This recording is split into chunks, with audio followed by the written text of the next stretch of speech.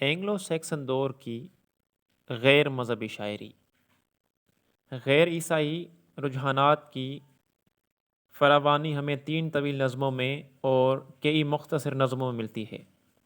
وڈست، ڈیور اور بیوولف اس وقت کی تصویریں پیش کرتی ہیں جب کہ کفر کا دورہ تھا۔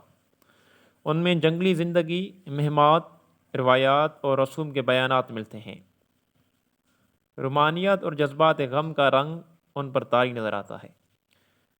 وڈست یعنی بڑا سیاہ ایک قبیلے سے دوسرے قبیلے میں جاتا ہوا دکھائی دیتا ہے۔ وہ بہت سے بادشاہوں سے ملتا ہے جو اس کو نوازتے ہیں اور جن کے حالات وہ رقم کرتا ہے۔ ان بادشاہوں میں اکثر تاریخی اہمیت رکھتے ہیں اور وہ بڑی حد تک روایتی ہیں۔ یہ نظم تاریخی معلومات میں اضافہ کرتی ہے اور ادبی لحاظ سے اس میں ایک خاص زور اور چمک ہے جو گہرا اثر کرتی ہے۔ ڈیور ایک قسم کا مرثیہ ہے جس میں ایک غمزدہ شاعر اپنی بدقسمتی کا رونا روتا ہے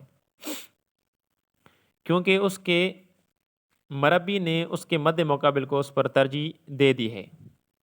وہ ایسے بڑے لوگوں اور دیوتاؤں کو یاد کرتا ہے جو اسی قسم کے حالات سے دوچار ہو چکے تھے۔ نظم کا غنائی اور جذباتی اثر خاص طور پر قابل ذکر ہے۔ ان تینوں نظموں میں بیوولف سب سے زیادہ اہم ہے۔ اس میں ہمیں ایک پوری سوسائٹی کی مکمل تصویر ملتی ہے۔ اس کا منظر برطانیہ نہیں بلکہ سی لینڈ کا جزیرہ ہے جو سویڈن کا جنوبی حصہ ہے۔ بیوولف گیٹس قوم کا بہادر ہے جو اپنے ساتھیوں کو لے کر ڈین قوم کے بادشاہ ہیروتگار کی مدد کے لیے آتا ہے۔ ہیروتگار کے قلعے پر ہر رات ایک اژدہا حملہ کرتا ہے اور بادشاہ کے ساتھیوں میں سے کسی ایک کو نگل جاتا ہے۔ اس اژدہے کا نام جو دیوزات بھی ہے گرینڈل ہے۔ بیوولف اس کا مقابلہ کرتا ہے اور اس کا ایک ہاتھ قلم کر دیتا ہے۔ گرینڈل اپنی غار میں غائب ہو جاتا ہے اور وہیں مر جاتا ہے۔ بادشاہ کے قلعے میں بڑی خوشیاں منائی جاتی ہیں۔ کچھ ہی عرصے کے بعد گرینڈل کی ماں انتقام کے لیے قلعے پر حملہ کرتی ہے۔ بیوولف اس کا پیچھا کرتا ہوا ایک جھیل میں غوطہ لگاتا ہے اور حملہ ور کے غار میں پہنچتا ہے جو جھیل کی تہہ میں ہے۔ بیوولف شکست کھانے ہی والا ہوتا ہے کہ اسے ایک جادو کی تلوار دکھائی دیتی ہے جو دیوار پر لٹکی ہوئی ہے۔ اس تلوار کو وہ گرینڈل کی ماں کے جسم میں اتار دیتا ہے اور وہ مر جاتی ہے۔ ڈین قوم کے لوگ یہ سمجھتے ہیں کہ بیوولف کا خاتمہ ہو گیا ہے مگر وہ گرینڈل کا سر لیے ہوئے نمودار ہوتا ہے اور اس طرح ایک بار پھر قلعے میں خوشیاں منائی جاتی ہیں۔ بیوولف گیٹس کا بادشاہ ہو جاتا ہے اور 40 برس تک حکومت کرتا ہے۔ کچھ عرصے کے بعد ایک خزانے سے جس کا محافظ ایک اژدہا ہے کچھ جواہرات غائب ہو جاتے ہیں۔ وہ اژدہا بیوولف کی حکومت میں بربادی پھیلانے آتا ہے اور اپنے شعلہ فشاں سانس سے ہر چیز کو جلا دیتا ہے۔ بیوولف اس اژدہے کو مار ڈالتا ہے مگر اس کے زہریلی دان سے لگا ہوا زخم بیوولف کی ہلاکت کا باعث ہوتا ہے۔ بیوولف ایک بڑی بہادر کی طرح مر جاتا ہے۔ اس کی رعایا اس کی بہادری کی مدعا کرتی ہے اور اس خزانے کو اپنے تصرف میں لے آتی ہے جس کا محافظ مذکورہ اژدہا تھا۔ نظم کی ادبی خوبی اس کے بیانات میں ہے۔ اژدہوں اور ان کے رہنے کے مقامات کی منظرکشی نہایت گہرے خوف کے تاثرات پیدا کرتی ہے۔ سب سے زیادہ مشہور حصہ اس نظم کا وہ بیان ہے جس میں گرینڈل کی ماں کے رہنے کی جگہ کی تصویر کشی کی گئی ہے۔ غم کا جذبہ پوری نظم پر طاری نظر آتا ہے۔ جنگ کے حالات، فتح کے موقع، ہیرو کے کردار وغیرہ کے ساتھ دنیا کی بے حیثیتی اور انسانی شکوہ کی ناپائیداری کا بار بار ذکر ہے۔ پوری نظم کی فضا حزن و ملال سے تاریک ہے اور کہیں پر بھی امید کی کوئی کرن نہیں دکھائی دیتی۔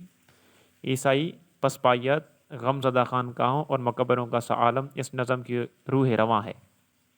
اسی وجہ سے اعلیٰ ترین ادب میں جگہ نہیں دی جا سکتی۔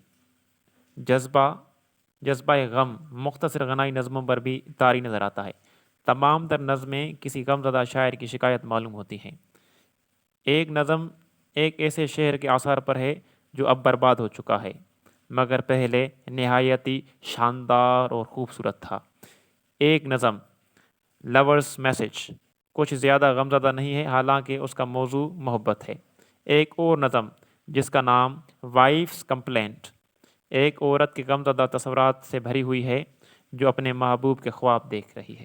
ایک اور نظم جس کا نام وینڈرر ہے، میں ایک جوان رئیس زادہ اپنے ایک دوست لاڈ کے مرنے کے بعد ترک وطن کرتا ہے اور روتا جاتا ہے۔ غنائی نظموں میں سب سے بہتر دا سی فیرر ہے۔ اس نظم کے معنی آسانی سے سمجھ میں نہیں آتے اور اس لیے اس کو مختلف مطالب دینے کی متعدد کوششیں کی گئی ہیں۔ اس کی تعمیر بھی بہت ہی غلط ہے، مگر اس کی ابتدا بڑی زوردار ہے اور سمندری زندگی کی تصویریں، سردی، ہواؤں اور خطروں وغیرہ کے بیانات بہت ہی مؤثر ہیں۔ بعض جگہ واقعیت، بعض جگہ تمثیلیت اور بعض جگہ جذبات کا اثر گہرا ہو جاتا ہے۔ سمندر سے محبت انگریزی قوم کا ایک مخصوص جذبہ ہے اور اس نظم میں وہ پہلی دفعہ دکھائی دیتا ہے۔ ان مختصر نظموں کے علاوہ دو اور زوردار نظمیں بھی ہیں جن میں جنگ کے حالات بیان کیے گئے ہیں۔ یہ نظمیں بھی زمانہ کفر کی یاد تازہ کرتی ہیں۔ پہلی نظم برونن برا اس نام کے شہر کی فتح پر ایک اوڈ ہے۔ اس میں سیکسن اور اسکاٹ لوگوں کی جنگ کی طرف اشارے ہیں۔ اول الذکر کی تعریف اور ثانی الذکر کی مذمت کی گئی ہے۔ مدعا اور طنز کے کئی حصے بڑے پر اثر ہیں۔ اس نظم کو واقعات اور حالات سے چندان تعلق نہیں ہے، یہ محض جوش و جذبہ اور کچھ روایتی معمولات پر مشتمل ہے۔ برخلاف اس کے دوسری نظم دا بیٹل آف میلڈن بالکل تاریخی ایپک ہے، جس میں سیکسن سردار براتھناتھ کی نارتھ مین لوگوں سے جنگ بیان کی گئی ہے۔ اس کو سیکسنوں کی قومی ایپک کہنا بجا ہوگا۔ براتھناتھ ایک ہیرو ہے جو جنگ سے خوش ہوتا ہے، مرتے وقت ہنستا ہے اور خدا کا شکر ادا کرتا ہے کہ اسے جی بھر کے لڑنے کا موقع ملا۔ اس کے ساتھی بھی بڑے جوش سے جنگ میں حصہ لیتے ہیں۔ یہ نظم ہر اعتبار سے ایپک شاعری کی عظمت تک پہنچ جاتی ہے۔ اس میں فوق الفطرت حالات کا کہیں ذکر نہیں اور ہر بات تاریخی اور واقعی ہے۔ اخلاقی قدروں کو بڑی اہمیت دی گئی ہے۔